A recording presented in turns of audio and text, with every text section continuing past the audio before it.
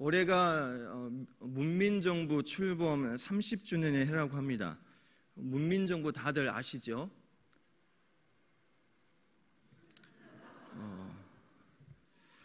과거 이 박정희 전두환 노태우로 이어졌던 이 32년간 이어진 이 군부 출신의 대통령이 아니라 민간인 출신의 정부가 바로 이 문민정부라고 합니다. 제14대 선거에서 김영삼 대통령이 취임했습니다. 비로소 이 문민정부가 탄생한 것인데요. 김영삼 정부는 깨끗한 정부를 만들기 위해 이 공직자 윤리법을 개정하고 공직자의 재산을 또한 의무화했습니다. 그리고 불법으로 재산을 형성하는 공직자를 없앴고 금융실명제를 전적으로 실시했다고 합니다.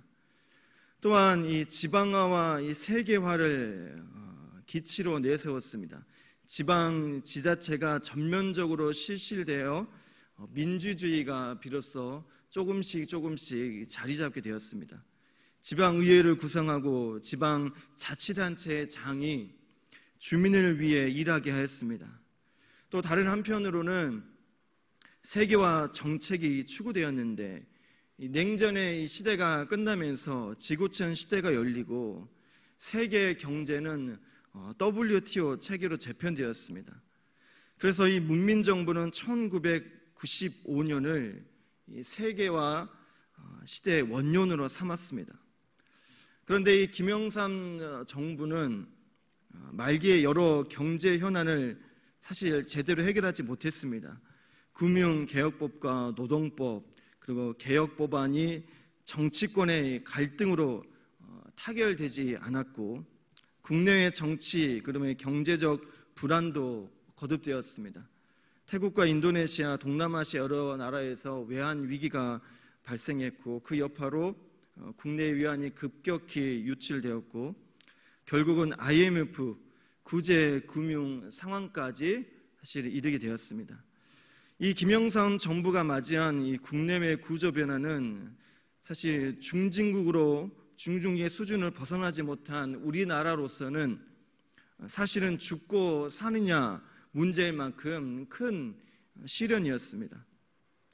그러나 이 김영삼 대통령은 한국병을 치유하여 친한국을 창조하고자 하는 슬로건과 세계화와 정보화를 깃발로 내세워서 이 권위주의 청산, 하나회 해체, 율곡 사업 등 국내 비리 척결, 공직사회 윤리 강화와 공직자 재산 등록제, 금융실명제, 국회와 선거제도 개혁, 지방자치제 등 수많은 개혁 조치를 추진했고 대부분 완료했다고 합니다.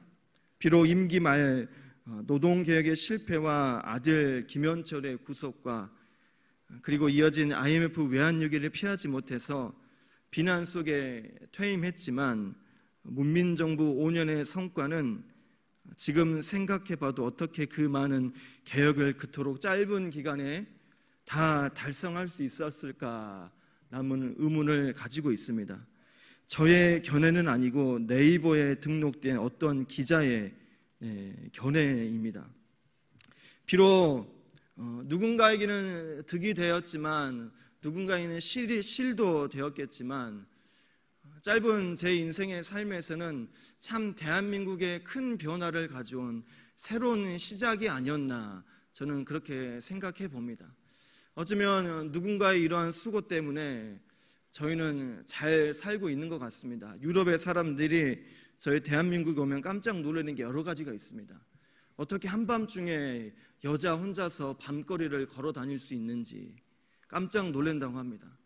그리고 24시간 언제든지 식당 가서 밥을 먹을 수 있는 나라, 카페 등에 내 물건을 놓고 잠깐 자리를 비워도 물건이 사라지지 않는 나라, 그게 바로 저희가 살고 있는 대한민국입니다. 어쩌면 누군가의 희생과 노력과 열심 때문이 아닌가 싶습니다.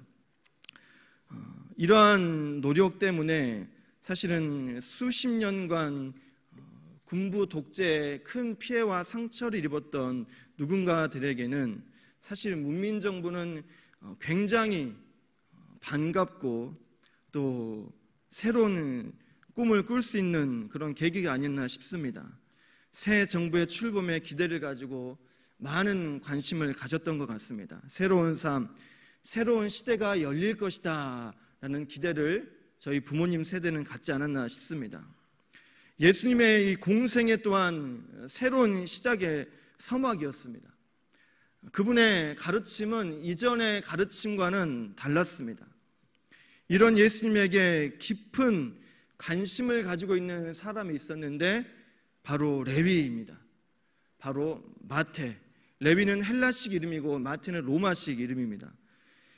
이 마태는 세리입니다. 마을을 통과하는 이 상인들에게 뿐만 아니라 주민들에게 세금을 거두어 드렸습니다.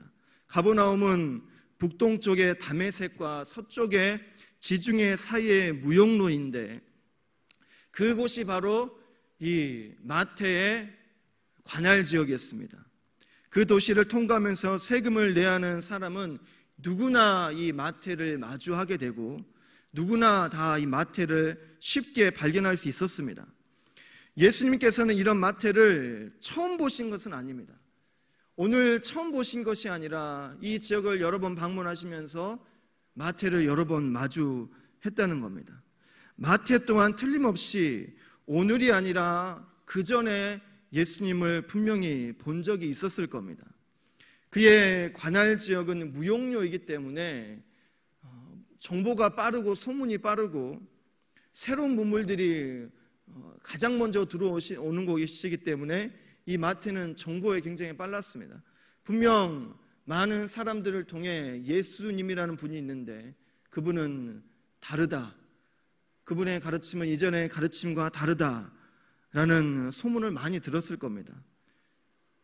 나를 따르라라는 한마디에 예수님을 따를 수 있었던 것은 그는 이미 오래전부터 예수님에게 큰 감명을 받았고 또 많은 호기심을 그가 가지고 있었다는 것입니다.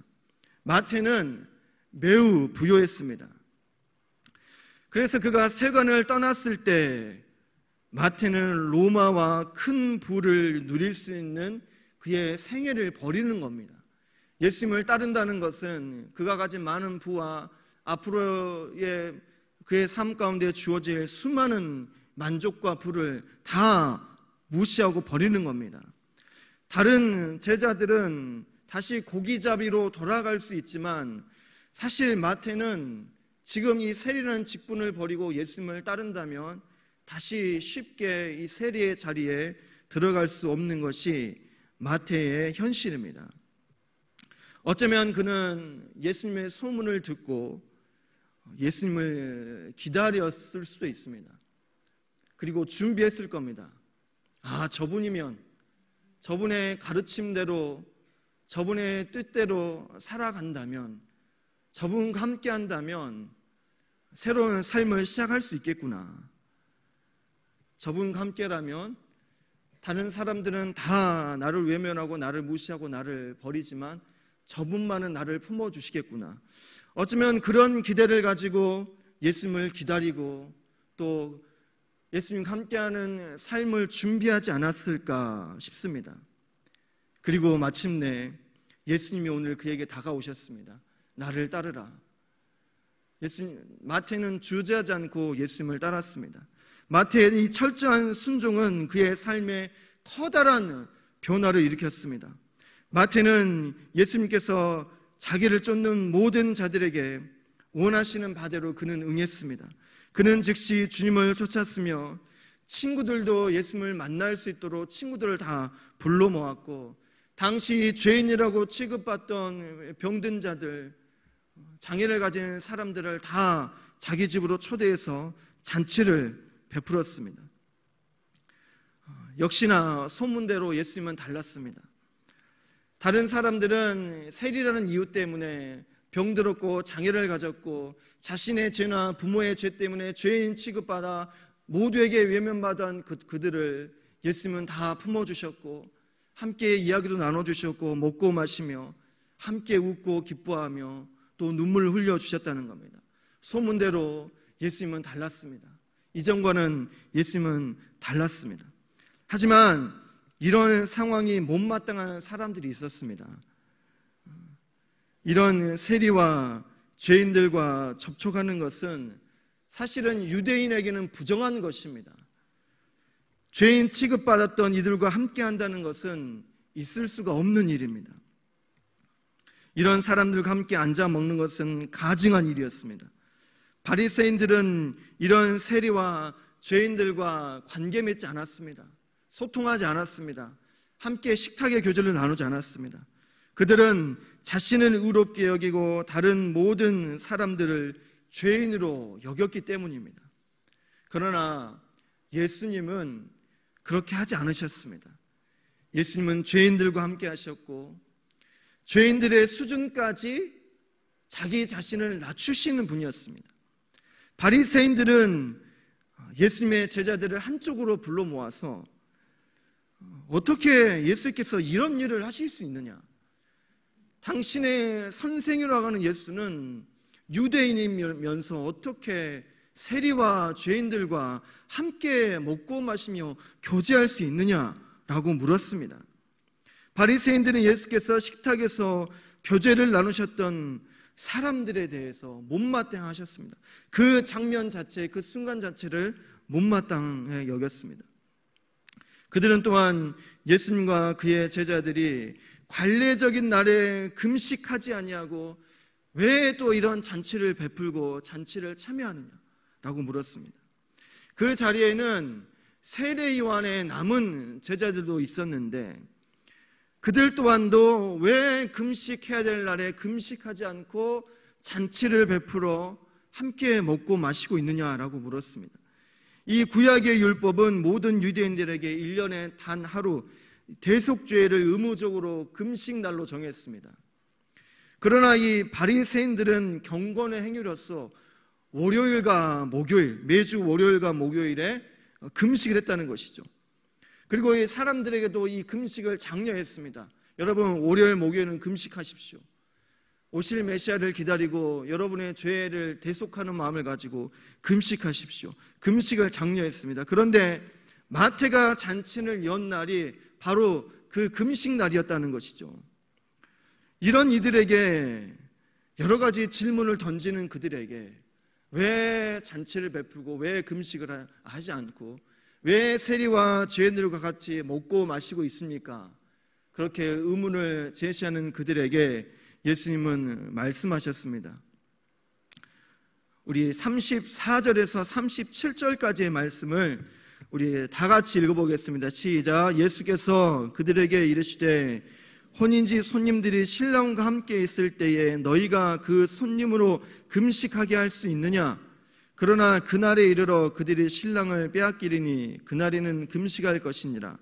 또 비유로 이르시되 새 옷에서 한 조각을 찢어 낡은 옷에 붙이는 자가 없나니 만일 그렇게 하면 새 옷을 찢을 뿐이요 또 새 옷에서 찢은 조각이 낡은 것에 어울리지 아니하리라. 새 포도주를 낡은 가죽 부대에 넣는 자가 없나니 만일 그렇게 하면 새 포도주 부대를 터뜨려 포도주가 쏟아지고 부대도 못 쓰게 되리라. 아멘. 즉 혼인잔치에 신랑이 와 있는데 기뻐해야지 왜 슬퍼하느냐? 혼인잔치에 신랑이 와 있으니 기뻐해야 된다. 새 옷에 낡은 옷을 붙이는 자가 어디 있느냐? 새 포도주를 낡은 부대에 넣는 자가 누가 있느냐? 라는 말씀입니다. 즉 새 것이 있는데 왜 아직 헌 것에 집착하느냐라는 말씀입니다. 새 시대가 열렸는데 왜 아직 구시대적인 생각을 가지고 새 시대가 주는 편리함과 만족을 누리지 못하느냐라는 것입니다. 왜 새 것을 누리고 기뻐하지 못하고 여전히 슬퍼하고 있느냐라는 이야기입니다. 여러분, 새 포도주가 가치가 있는 것입니까? 부대가 가치가 있는 것입니까? 포도주가 더 가치가 있는 것입니다. 더 가치 있는 이 포도주를 만들려면 뭘 준비해야 될까요? 좋은 부대를 준비해야 됩니다. 새 부대를 잘 만들어 놓아야 더 가치 있는 포도주를 만들 수 있는 겁니다. 어쩌면 이런 겁니다. 예쁜 드레스를 사셨습니다. 다음 주 주일에 당연히 교회 입고 오시겠죠. 그런데 누가 예쁜 새 드레스를 입는데 생얼로 드레스를 입고 오겠습니까? 세수도 안 하고 머리도 안 감고 그냥 새 드레스만 입고 오는 사람이 누가 있겠습니까? 예쁜 드레스를 준비했으면 당연히 세수하고 선크림 바르고 프라이머 바르고 베이스 바르고 파운데이션 바르고 컨실러하고 팩트 파우더하고 섀도우하고 뷰러하고 아이라이너하고 마스카라하고 글리터하고 눈썹하고 쉐딩 하이라이터하고 블러셔하고 립스틱까지 바르고 새 드레스 입지 않겠습니까? 여러분은 다 이렇게 오시는데 왜 그렇습니까? 예쁘게 옷을 준비했으면 거기에 맞게끔 나를 더 가치 있게 꾸미는 것이 사실은 당연합니다. 새 드레스를 입을 거면 이렇게 메이크업 해야지 가치가 올라가는 겁니다. 그런데 유행 지난 오래된 헌옷을 입고 오는데 누가 이런 풀 메이크업을 하고 이렇게 오겠습니까? 새 포도주, 정말 가치 있는 포도주를 만들려면 정말 정성을 다해서 새 부대를 만들어야 이 새 부대에 만들 더 가치 있는 값어치 있는 포도주를 만들게 되는 겁니다. 만약 험 부대라면 굳이 험 부대인데 누가 이 험 부대에 가치 있는 정성을 다한 포도주를 만들어 이 부대에 붓겠습니까? 제가 얼마 전부터 이 운동을 시작했습니다. 헬스를 시작했는데 그래서 이 몸이 더 좋아지지 않았습니까? 저희 아들이 보면서 아빠 근육맨 됐다고 이렇게. 그래서 사실 체력적으로 많이 이렇게 부족하고 힘도 부족하다 보니까 늘 그냥 지쳐 있고 쉬는 날이면 그냥 누워만 있고 아이들과 같이 보내는 시간도 적고 또 교회 사역도 능률이 오르지 않아서 차라리 체력을 더 키우자. 차라리 더 체력을 키워서 아이들과 함께하고 또 더 능률 있는 사역을 하자. 또 담임 목사님께서도 우리가 건강해야 더 사역을 잘할 수 있지 않겠느냐라고 하시면서 운동을 장려해 주셨고 헬스 등록비까지 지원해 주셨습니다. 더 지원해 주셨으면 좋겠습니다. 네. 그래서 운동을 하는 날은 사실은 새벽 한 4시 반부터 하루가 시작됩니다. 새벽기도 마치고 이렇게 운동을 이렇게 갑니다. 그래서 운동을 시작하면서 헬스 가방도 필요하고 운동화도 필요해서 예전에 신었던 이 헌 운동화를 닦아서 준비하고 그다음에 이 부송 한우에서 한약을 샀더니 한약을 담아줬던 이 예쁘장하게 생긴 이 가방에다가 세면 도구와 뭐 수건을 담아서 이렇게 다녔습니다. 근데 며칠 운동을 열심히 다녔습니다. 정말 다들 깜짝 놀랄 정도로 열심히 다녔습니다. 하루를 운동을 마치고 집에 갔더니 아내가 새 운동화하고 가방을 주문했다고 합니다. 조금 며칠 하다가 말 거라고 생각했는데 생각 외로 너무 열심히 해서 아내가 이게 선물로 준비했다고 합니다. 저는 이야기했습니다. 뭘 이런 걸 준비하냐, 있는 거 신고 쓰면 되지, 차라리 현금으로 주지 왜 이런 걸 샀느냐. 그런데 막상 새 운동화하고 새 가방이 온다고 하니까 기다려지는 겁니다. 여보, 택배 언제 와? 언제 도착해? 그래서 새 운동화를 신고 새 가방을 메고 또 운동을 도와주시는 우리 집사님께서 또 장갑도 사주셔가지고 이 장갑을 끼고 운동하는데 마음이 다른 겁니다. 마음이 달라요. 이제 진짜 운동하는 사람이 된 것 같고 사람들에게 부끄럽지 않고 이제 운동을 진짜 열심히 오랫동안 할 수 있을 것 같다라는 그런 자신감이 마음에 찾아왔습니다. 새 운동화와 새 가방을 준비하니까 마음이 달라지는 겁니다. 운동을 하는 저라는 사람 자체가 가치가 더 올라가는 것 같습니다. 마찬가지로 우리가 새 부대를 잘 준비해야 더 가치 있는 포도주를 만들 수 있다는 겁니다. 마태는 새 부대를 준비했습니다. 예수님의 소문을 듣고 저분이라면 내가 참된 행복을 누릴 수 있겠구나. 그는 예수님을 기다렸고 자신의 삶을 내려놓고 예수님을 따를 준비를 그는 하고 있었다는 겁니다. 소문으로 듣던 예수님, 저분이라면, 저분과 함께라면 내 삶이 가치 있는 삶이 되겠구나. 사람들에게 손가락질 받고 비난받고 나와 함께는 교제하지 않으려 하고 사람들에게 가치 없는 내 인생이 저분과 함께라면 진짜 가치 있는 삶이 되겠구나 라는 꿈을 가지고 그는 새 부대를 준비하기 시작한 것입니다. 그리고 마침내 그에게 예수님이 찾아오셨습니다. 그리고 그가 준비한 새 부대에 마침내 새 포도주가 부어졌습니다. 바로 그의 삶에 예수님이 찾아오셨고 예수님이 그의 삶 가운데 들어오셨습니다. 그는 죄인 취급받던 사람이지만 이제는 새 포도주가 되시는 예수님과 함께 기뻐하고 있습니다. 하지만 바리새인들은 새 부대를 준비하지 않았습니다. 메시아가 오시면 새 부대를 준비하고자 한 것입니다. 아직도 여전히 메시아를 기다리고 있고 그렇기 때문에 아직도 그들에게는 헌 부대밖에 없는 것입니다. 하지만 마태는 미리미리 새 부대를 준비했습니다. 손을 내미시는 주님께 한마디도 거부하지 않고 묻지 않고 생각하지 않고 바로 예수님을 그의 삶 가운데 예수님을 초청했습니다. 메시아가 오시면 메시아가 오신 후에 새 부대를 준비하는 것은 이미 늦은 것입니다.